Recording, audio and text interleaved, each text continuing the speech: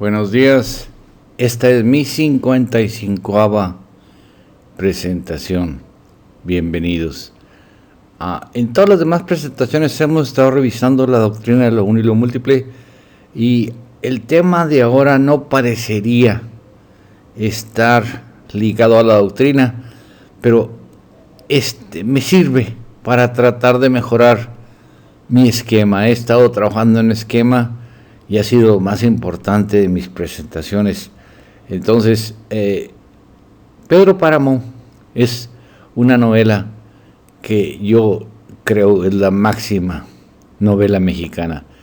Yo la leo varias veces, nada más para disfrutar del diálogo. Y sin embargo, estoy seguro que el autor que le imputan, Juan Rulfo, no es el real autor. Y hago esta presentación con la ayuda de mi sobrino Luis Gamboa, y se le dedico, por supuesto, a mi hermano menor, Alejandro. Pedro Páramo y El Llano en Llamas son las únicas producciones de Juan Rulfo, y no se parecen en nada. O sea, yo leo el Pedro Páramo regularmente, me gusta repetirlo para oír las frases, y el Llano en Llamas incluso se hizo famoso solo después de haber publicado Pedro Páramo. El Llano en Llamas fue un fracaso editorial, pero empezó a venderse después que Pedro Páramo se hizo famoso. El Llano en Llamas sí es de Juan Rulfo, Pedro Páramo no. A Juan Rulfo nos lo han querido vender como un genio de la literatura. Un genio es aquel que crea algo nuevo. Sin embargo, Juan Rulfo nada más tuvo 2 libros, El Llano en Llamas y Pedro Páramo, y se la pasó tratando de escribir una novela que nunca se publicó. O sea, como genialidad, la única genialidad es Pedro Páramo, lo bonito de él.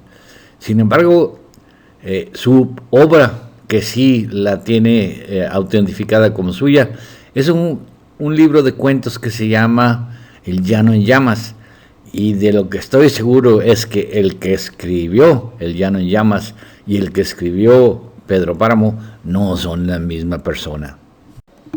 Miren, aquí vemos una entrevista de la Radio Televisión Española. Joaquín Soler Serrano entrevista a Juan Rulfo. Rulfo es el que da la espalda, Soler Serrano es el que está en la frente. En 1977, en ese tiempo, Rulfo tendría 60 años, pero para nada se ve un hombre capaz de escribir lo que está en Pedro Páramo. Se ve un hombre de muy pocas palabras, entrecortadas, muy tímido, poco vivaz, muy apocado. O sea, es imposible que él haya escrito Pedro Páramo. En cambio, hay un sujeto, Juan José Arreola Benítez, amiguísimo de Juan Rulfo, que es perfecto para haber escrito, no escrito, corrijo la palabra, para haber dictado, porque este tipo es un hipermnésico, no puede concentrarse, es famoso, dicta cuentos cortos y le llaman el gran dictador. No puede concentrarse en lo que escribe. Incluso él dice que ama la literatura, pero nunca pudo dedicarse a la literatura. Este Arreola Benítez está sacado justo de mis sueños más esperanzadores de la teoría de lo uno y lo múltiple. los hipermnésicos, o sea, los hipermnésicos ya en la práctica. Vean, el único libro que escribió es un libro chiquitito que difícilmente puede llegar a llamarse libro, pero que trae un conjunto de poemitas y cositas de tipo de Pedro Páramo, precisamente.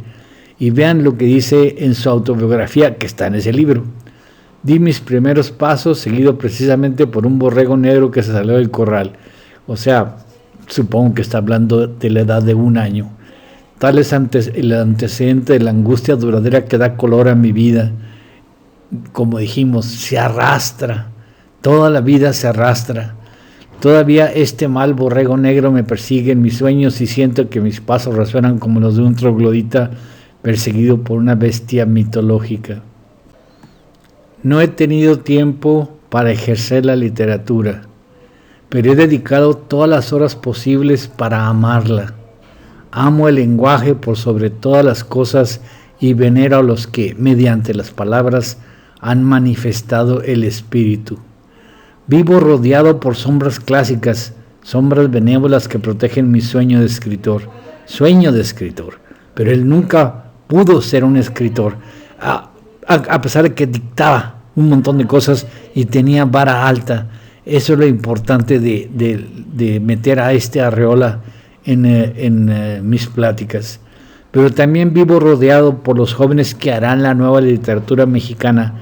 En ellos delego la tarea que no he podido realizar.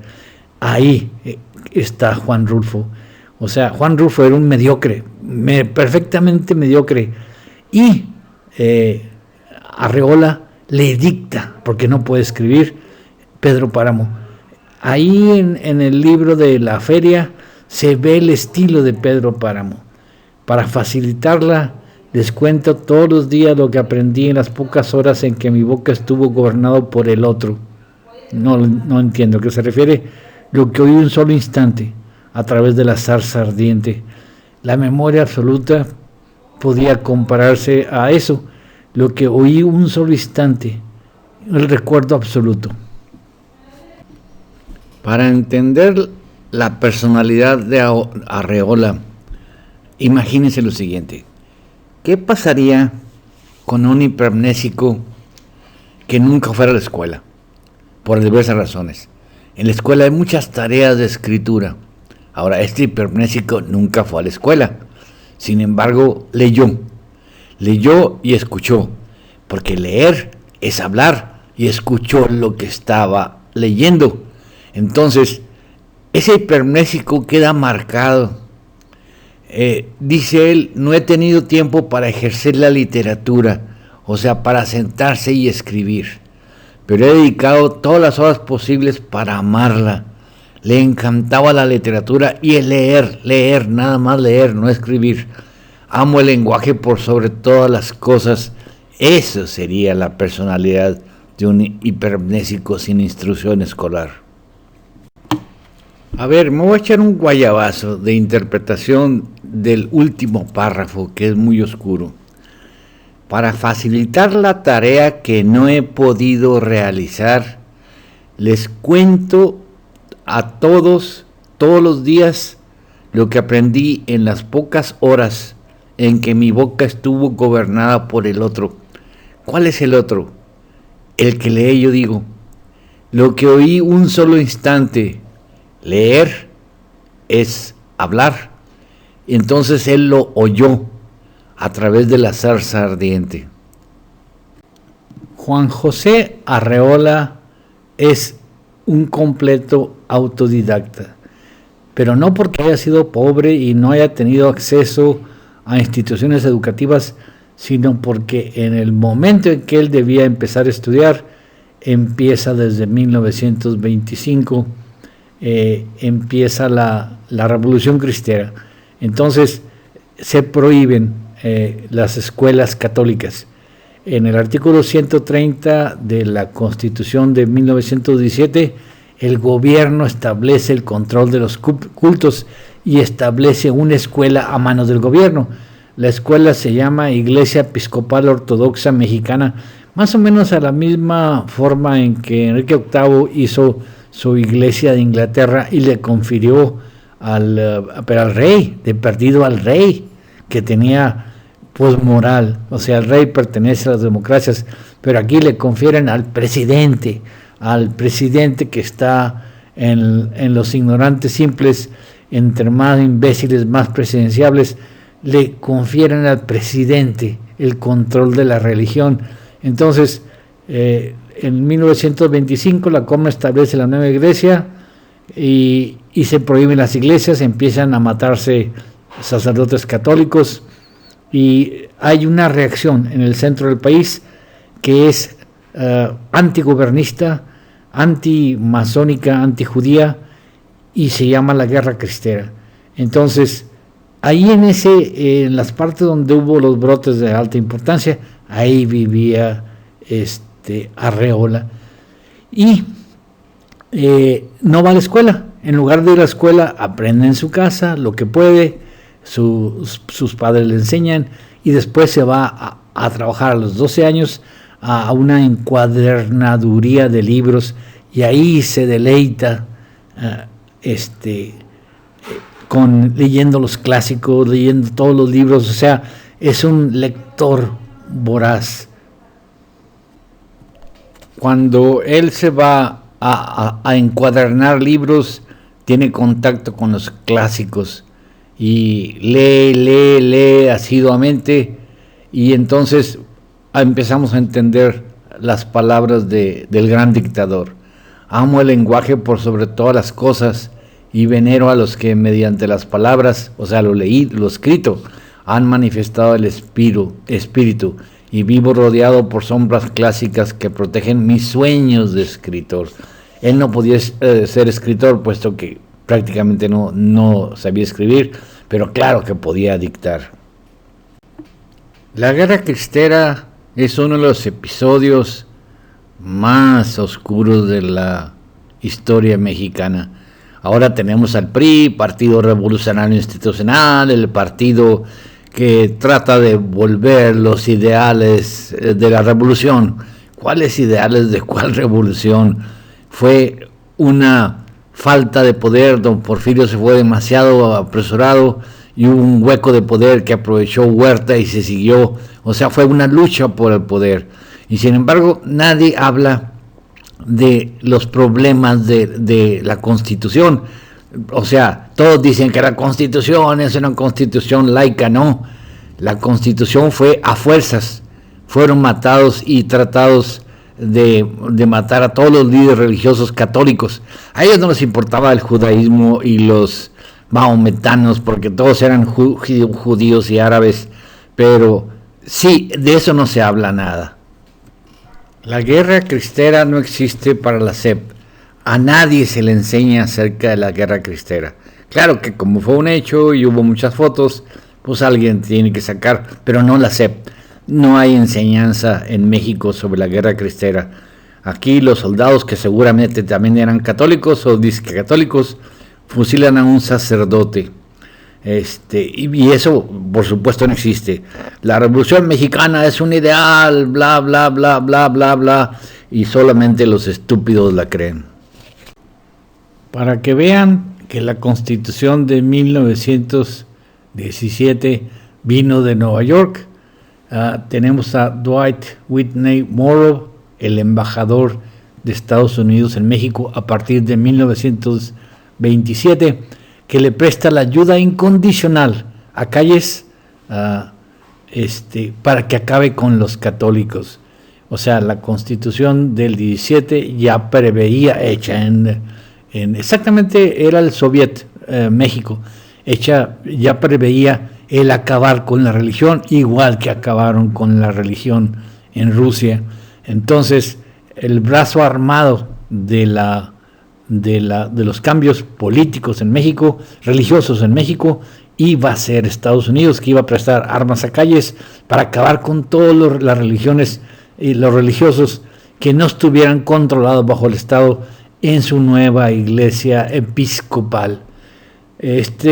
Morrow era alto ejecutivo de John P. Morgan Bank, fue nombrado embajador de México para defender los intereses de las empresas estadounidenses petroleras en el país y prestó su ayuda incondicional al gobierno de Calles para acabar con los cristeros e implantar la Constitución Comunista de México en forma total. Este Morrow entra en 1927, pero entonces las cosas se complican, porque Morrow empieza a formar parte de la aristocracia. O sea, entra como empleado del JP Morgan Bank y no es nadie. Pero entonces se establece en Cuernavaca, trae a su hija, una de sus hijas se casa con Charles Lindbergh y de repente Morrow ya está en medio de la aristocracia americana, porque Lindbergh está en medio de la aristocracia americana y pues ya no le gusta lo que está haciendo y le comenta a Calles: acaban de matar a Obregón, era compadre de Calles, estaban en la bombilla con un almuerzo celebrando que había ganado Obregón, ya sabían que Obregón le iba a pasar, Calles le iba a pasar el mando a Obregón, nada más fue Calles presidente porque la Constitución decía que no se podía reelegir, pero a la segunda vuelta sí podía volver Obregón, nada más que León Toral hace un gasto de una pistola con una sola bala, la bala mejor utilizada del mundo, aparte de la que mató a Rosa Luxemburgo, que ya dije, y mata a Obregón. Y entonces las cosas se ponen malas para el nuevo aristócrata Morrow, y le dice a Calles: ¿sabe qué? Esto ya no me está gustando. O sea, usted tiene el país lleno de cadáveres, con todos los postes llenos de cadáveres, ya no se puede viajar sin ver cadáveres, ya mejor párele.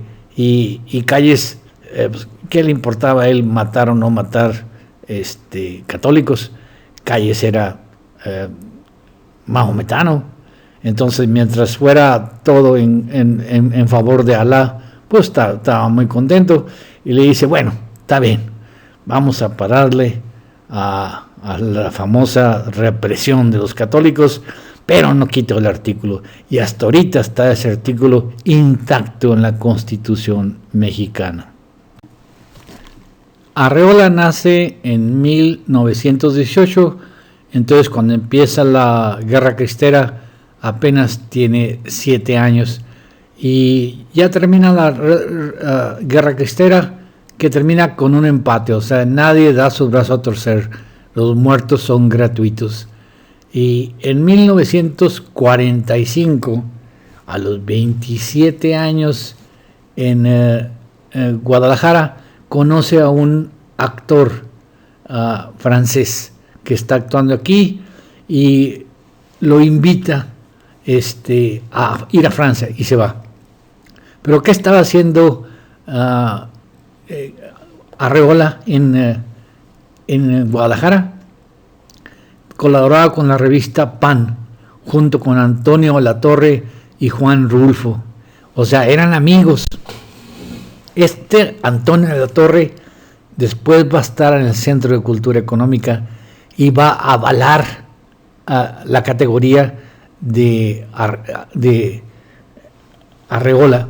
O sea, va a decir que es un filólogo, que es un lingüista, que es un especialista en lo que sea, y lo va a pasar sin haber él ido jamás a la escuela, porque a los 7 años, cuando le tocaba ir, ya no quiso su papá dejarlo ir a una escuela que no fuera católica, y no quería meterse en líos su papá para mandarlo a alguna escuela católica disfrazada que podía ser atacada por el gobierno. Entonces, un tipo que totalmente iletrado en el sentido académico, o sea, ni un solo año, ni en primaria ni nada, entra a la Fondo de Cultura Económica, y después va a tratar ya de ayudar a sus primeros amigos. O sea, uno de los amigos, Antonio Latorre, lo va a ayudar a entrar al Fondo de Cultura Económica, y Juan Rulfo, otro de sus amigos,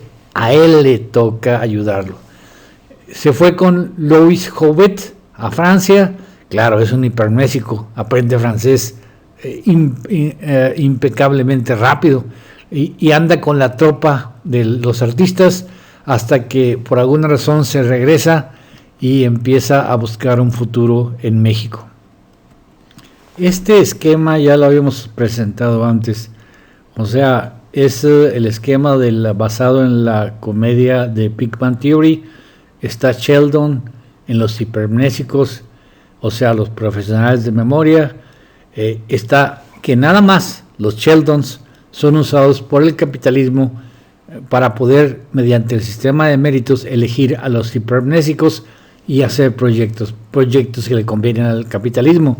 Los hipermnésicos útiles, o sea, que antes los llamaban los idiotas útiles, nada más son útiles cuando hay proyectos. Si no hay proyectos, no hay nada. El hipermnésico sale del ignorante simple y por el sistema de méritos, o sea, en Estados Unidos, la primaria y secundaria gratis y la universidad muy cara, son los que dan el ancho para ser profesionales de la memoria y técnicos.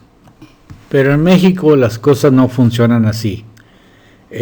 Tenemos a Arreola, que es un hipermnésico, encuentra palancas muy importantes en el Distrito Federal cuando se cambian los amigos, y Antonio Alatorre entra al Fondo de Cultura Económica y es muy importante aquí, y entonces lo hace pasar a Rulfo como gramático, pero Rulfo nunca pasa de ser un mediocre.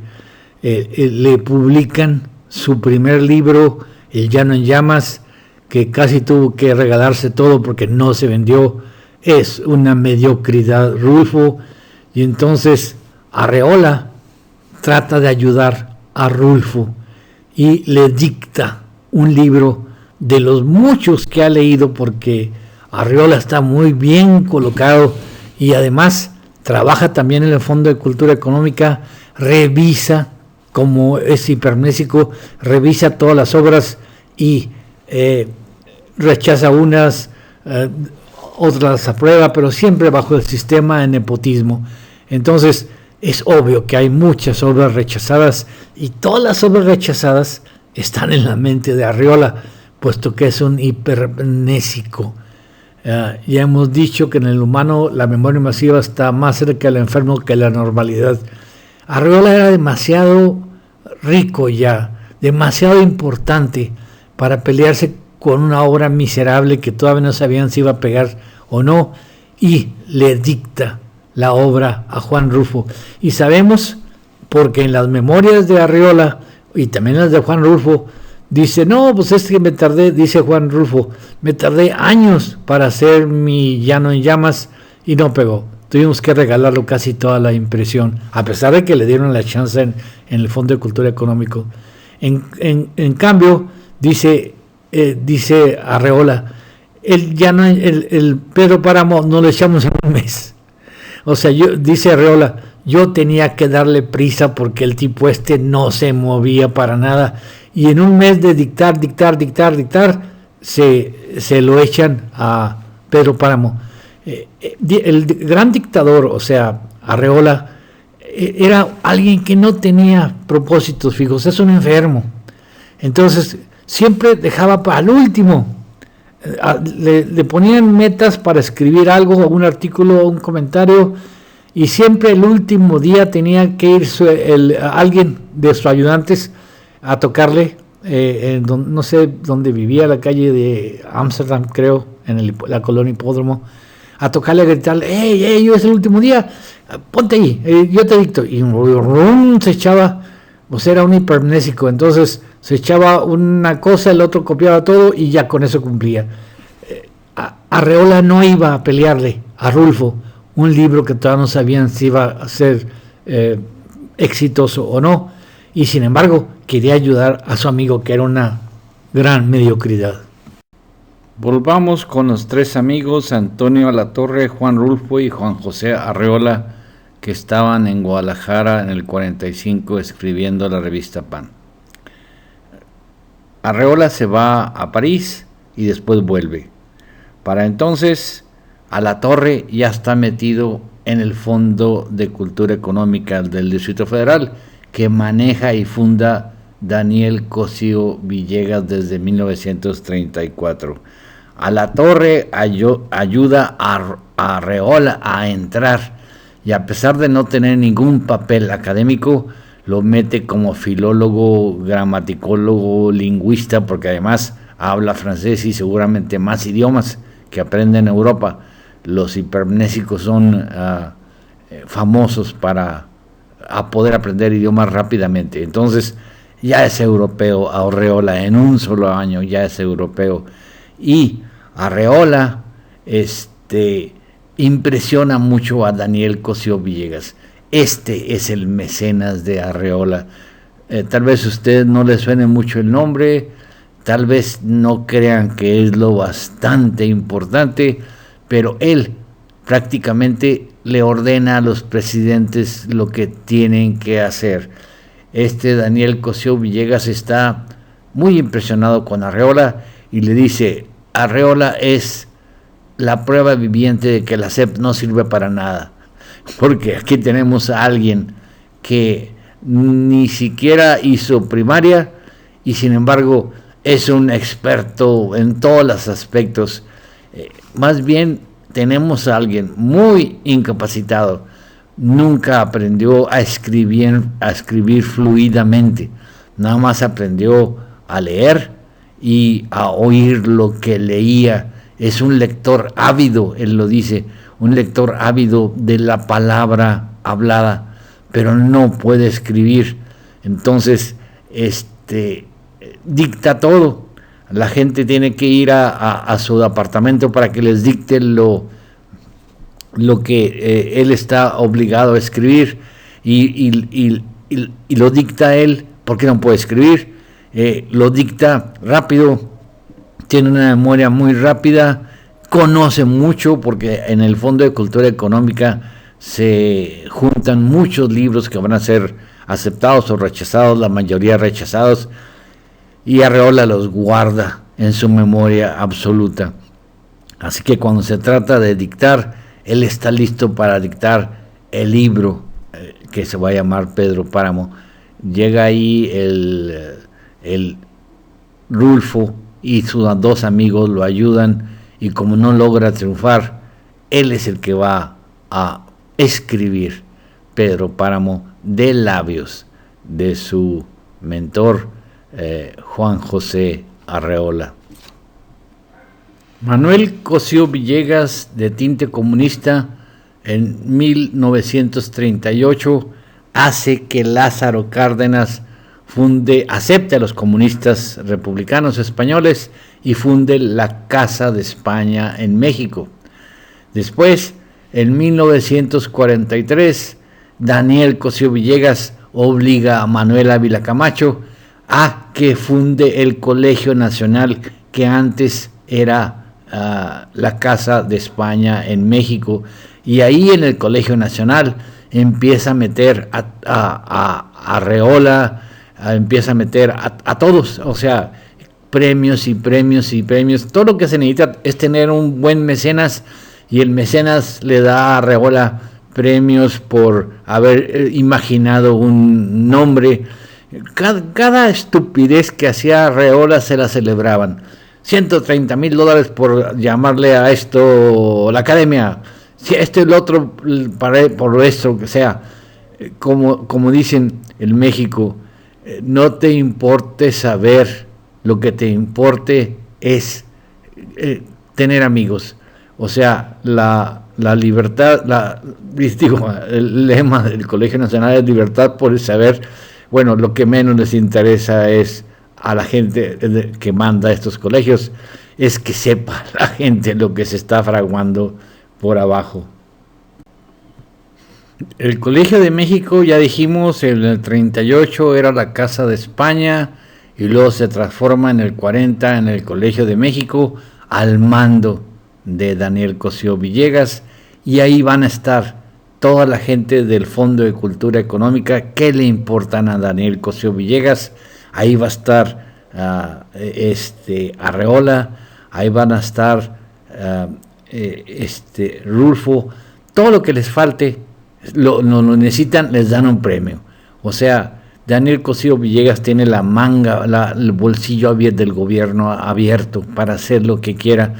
¿Para qué necesitaba Arreola un libro que lo hiciera famoso cuando que él ya tenía manga ancha? No tenía, era un tipo autista, no tenía capacidad para concentrarse en un solo objetivo, tenía una mente dispersa.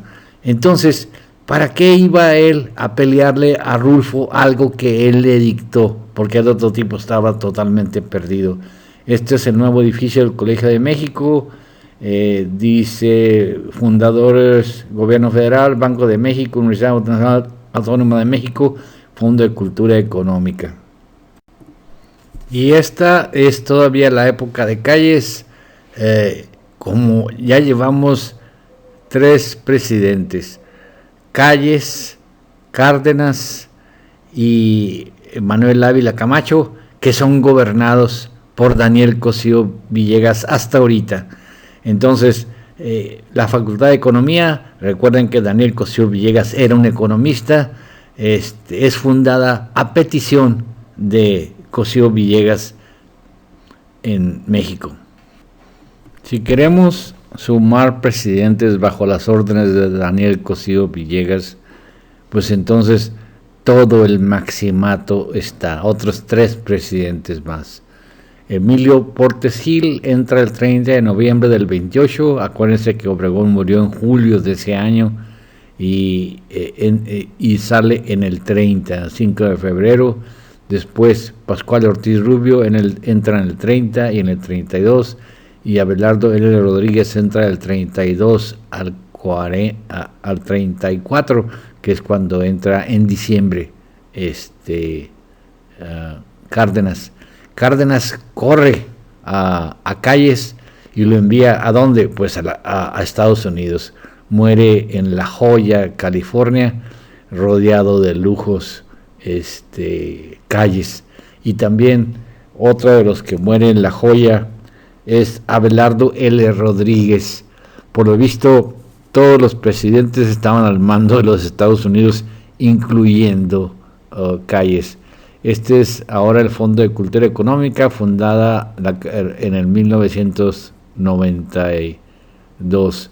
Vemos la importancia de Daniel Cosío Villegas.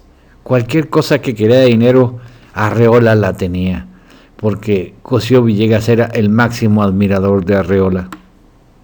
Incluso les decía a las fundaciones a quién entregarle las becas.